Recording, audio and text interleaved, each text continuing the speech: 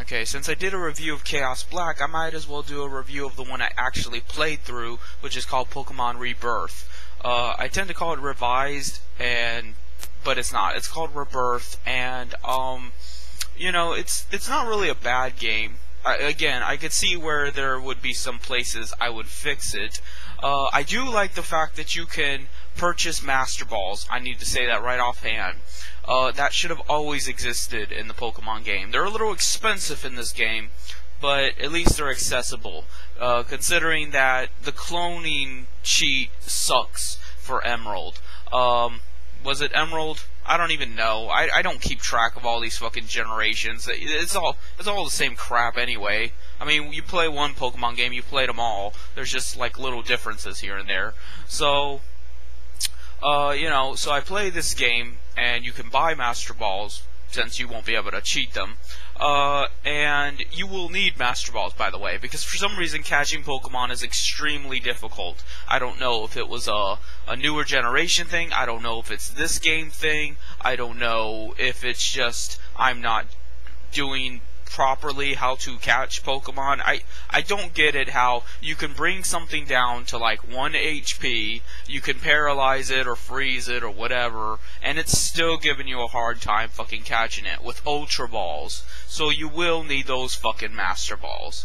And especially when you go into Legendary Mountain or Legendary Cave or whatever the fuck it's called, because everything in there is a legendary Pokemon. It's completely empty. There's nothing in there. There's no maze or anything. It's just a linear square place hidden below one of the pathways. I'm not sure where. I would have to play it again. But you'll know it when you see it, especially when you go in there. And there's the legendary dogs. There's the legendary birds. There's Mewtwo. There's those 2 rock-type legendaries from Ruby and Sapphire. There's all kinds of shit. I'm not sure if there's Celebi and Mew in there, but I'm gonna assume there is. And, you know, once you catch one of those legendary Pokemon, it is easy breezy from there on. You know, because once you catch one of them, then you can use them to catch other ones, which is what I did. I didn't know about the Master Balls until I went after the Elite Four. So what I did was, I caught one of these legendary Pokemon for the grace of me. You know, it took a while, but I caught one.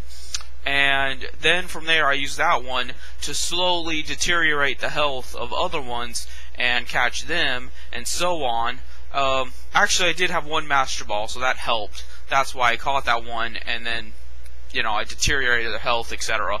So, I made my whole team these level 100 legendaries. Now, mind you, that sounds impressive, but these Pokemon really aren't that great. Their stats are not nearly maximized. Their attacks could use some work. Their special ability is always basically, it drains your power points more. Like, more than half of them, when you attack them, it drains 2 power points to use your attack instead of 1.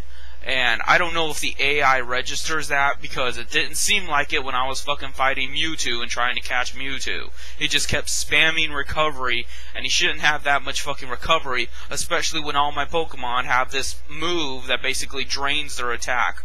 So, I don't know how that registered in with the AI, and that's an important factor, because Pokemon is very known for that. They're very guilty of giving the AI some kind of ridiculous advantage because it just doesn't register half the time what the ability does or what it's supposed to be doing or the numeral values. You know, that's why they can always poison you. They can always lower your stats. They can always get away with these random numeral issues, but meanwhile you can't.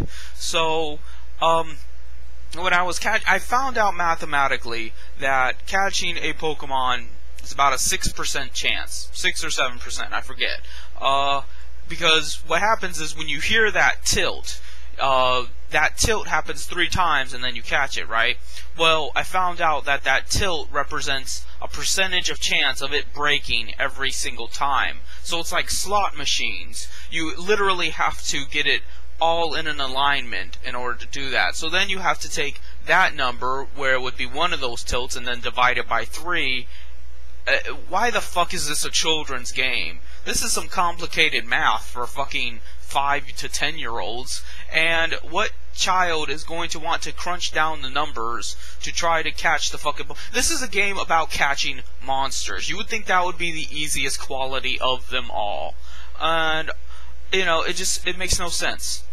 And I said before that Pokemon is like playing slot machines, because I used to work in gambling, and slot machines are not programmed just to be purely random. That's what you believe. That's what they make you guys believe as the consumer. But in fact, slot machines are predetermined. The only thing random about them is you don't know when that predetermined number is supposed to come up. Like, let's say the slot machine is programmed to get 3 cherries after 20 pulls. Well, you don't know how many pulls were made on that slot machine previously. You know, someone else might have come before you and made those 20 pulls. Or you don't know if it is 20 pulls. It might not be. So, essentially, you're taking a guess. But it's not random. So, if you're one of these hardcore gamblers that sits at a slot machine all day long, you could probably estimate about where it is. But since you weren't there to program the damn thing, you'll never really know how much it is till you slot. You can only predetermine how many numbers it is before you slot, and then you can from there win continually. But again, slot machines are not worth all that effort. It's a lot of work. It's a lot of money drained, because some of them are penny slot machines. But still, you know, I don't feel like sitting there all day waiting for that fucking thing to pull through. You know, if you want a game that is actually somewhat random, but at the same time a little skill-based, because that's what gambling claims to be. It's about skill and luck, and that's the same thing with Pokemon. Well, then you want to play Blackjack. That's why Blackjack is usually illegal, because Blackjack is not rigged. It is merely, you know, the cards fall where they do, and you think in your head, is it more likely that the number will go over 21 or be as close to 21 as possible without the dealer getting better than me? So that is the most realistic game. And even then, you have to predetermine how many decks they're using, because sometimes they use more than one deck. A lot of times they mix like 3 decks together, and then you have to think about that even harder. But it's still the same math. Now you just have to think of it in terms of there are more of those cards in play, or not in play, but in the deck. And you see what I'm saying? Gambling requires a degree in mathematics if you really want to be good at it. And that's how Pokemon is. Pokemon is this extremely mathematical game, and half the time it doesn't even listen to its own math. That's what pisses me off about it. That it just spits in the face of physics. And it just completely sides with the AI every single time. And, you know, I'm getting off track here. I'm talking about mathematics and how Pokemon is bad as a whole, and not about this game particularly. So I like the fact that it has Master Balls. I like the fact it has the legendary cave. The starter Pokemon are all from Red and Blue: Charmander, Squirtle, Bulbasaur. That's pretty cool too. It's not a bad game by any means. It's a really good game. It actually looks like a legitimate Pokemon game. The way it's laid out, the way you capture things, the way you meet NPCs that give you eggs and items and things like that. And it was overall really good. It was executed well. I just don't particularly like how it kept some of the worst elements of Pokemon, such as where your national Pokedex. Think about this. You play Pokemon to experience all these different monsters and to catch them and to see them, and you're telling me that I won't be able to see or catch half of them until I beat the Elite Four. Why the fuck would I do that? Why the fuck would I go through the trouble beating the Elite Four just to do what I was doing at first level? That makes no sense. That's not fun. You know, the Elite Four should be the end-all, beat-all of the Pokemon game. This was wrong with Gold. Gold had you beat the Elite Four, and then you could go to the Kanto region and fight, you know, the gym leaders from the older games, and, you know, catch their Pokemon in their region. Why the fuck would I want to do that? I've already beaten the Elite Four. No gym leader is going to be able to stand up to me. It's no longer a challenge. It's no longer conquering over something. I am the Pokemon Master. Why the fuck am I going to waste my time with gym leaders and catching low-level Pokemon? So, what they should do is just leave Pokemon all over the woods. You don't have a national Pokedex, you just have a Pokedex. And you go around and you find new shit. This would also get rid of that annoyance of coming across the same Pokemon over and over and over again. It's just like that quote. You go into Mount whatever, and we can't stop here. This is Bat Country. Instead, it's Zubat Country. That's how it used to be in the older games. Every step you took, a fucking Zubat. Well, in Pokemon, it's not specifically Zubat. I actually came across Zubat very rarely. But what I do come across a lot is, like, Metapod in certain areas, or in other areas, it's something else. It's this poison type that has whiskers. And it's always something. And instead of having to spam the same fucking Pokemon over and over again, there is like 500 fucking Pokemon. Why don't you just diversify your surroundings, and that way it doesn't get repetitive and boring? Then when you have like 20 different Pokemon in every patch of woods, you know, it keeps you stimulated. It keeps you wanting to catch new Pokemon and battle them and experience what it's like to face against this new type of Pokemon. And at the same time, when you finally get to the Elite Four, it's an accomplishment because they're the fucking Elite Four. And they're extremely difficult to contend with. Because mind you, when I battled them with my legendary Pokemon, I had 5 level 100s on me, those what I call God Pokemon, and the Elite Four managed to beat 2 of them. Well, I say 2 of them, but they didn't really knock out the second one. Now mind you, I wasn't using any kind of potions or anything like that. I was just going straight through and just spamming my attacks. And, you know, so in a way, I can't say that it's impossible, but that shows you how tough they are, because there's no way you, as the player, could do that. There's no way you could, you know, ever conceive the idea of battling a level 100 Pokemon and winning, but the Elite Four can. So, you know, that's the challenge.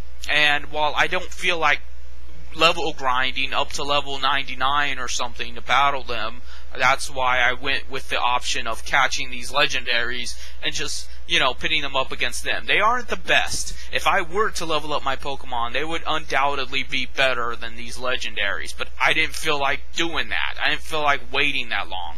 So, you know, I just caught these motherfuckers and then pitted them against them. And, you know, so you beat the Elite Four, and then you get to go to this new region and shit like that, but again, why would you want to? It's also a complete downgrade. In Gold, you had your cell phone, and you could call people up and have rematches with them. And, you know, you could register them in your little cell phone. Well, now it's like that, only they force you to register them in their cell phone. It's like they grab your phone and program their number into it. What is up with Pokemon and rape?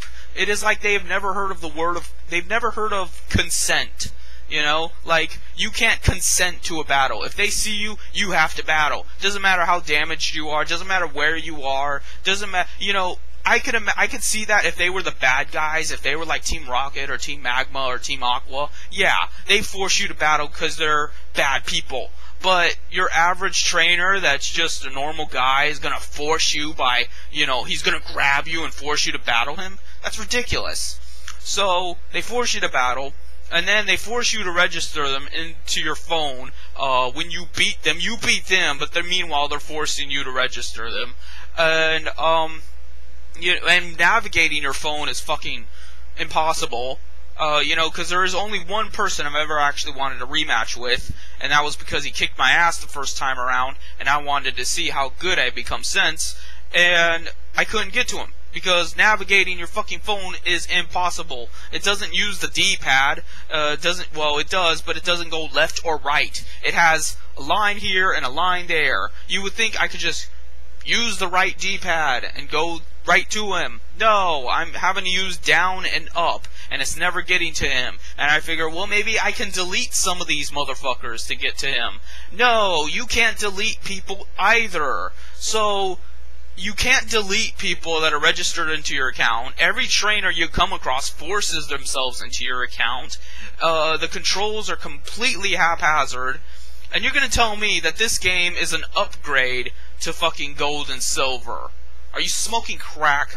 Now mind you, I don't know if this was the hacks problem or if maybe this actually was Emerald's problem, because in Pokemon it's so difficult to tell.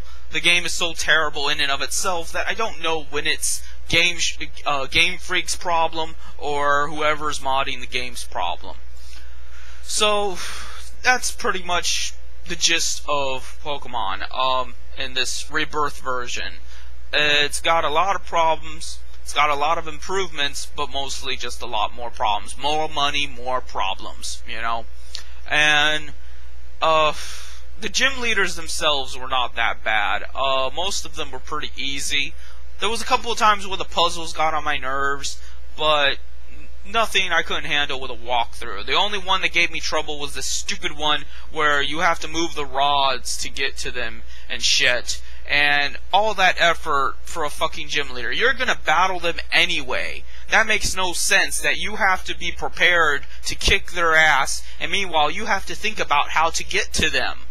You know? Why do I have to level up like a sucker if I have to figure out this complicated puzzle to get to your stupid ass? The easiest puzzle for me, and it didn't require any walkthrough at all, and I got it on the first try, was the last gym leader in the ice gym, where you can only step on an ice cube once, and then it will crack down, open, and you fall.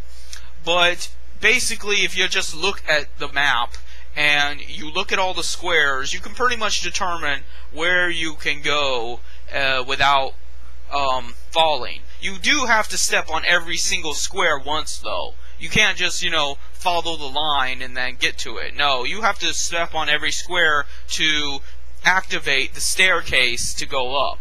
And the fact that I got that on my first try, I don't know, maybe I'm a savant, but I was pretty amazed. And you know, so that one was okay. That might not be okay for you. Your brain might function differently. But I just don't like the fact that you have to level grind and at the same time solve a bunch of stupid-ass puzzles. It should be either or. You know, you should get something out of solving these fucking complicated puzzles. Not have more trainers up in your face, you know, attacking you, and, you know, the gym leader being level 55 and your Pokemon are level 40. So, you know, there's all kinds of things wrong. But it wasn't this guy's fault. Pokemon has always been that way. So, in general, it was a good game. This guy did a lot of good things for a Pokemon game anyway. You know, he should be in charge of Game Freak and making the fucking Pokemon games. Because, in general, it made Pokemon better. You know, I'm not saying it was a great game. Pokemon is never really a good game. But it did make it a whole lot better than it would have been just by itself. And considering a lot of the other mods I've seen, this guy has some talent. So, in that regard, I give him props. I give this game props. And if you were to play a Pokemon game, this is probably one of the ones you should deeply consider. I guess that's it.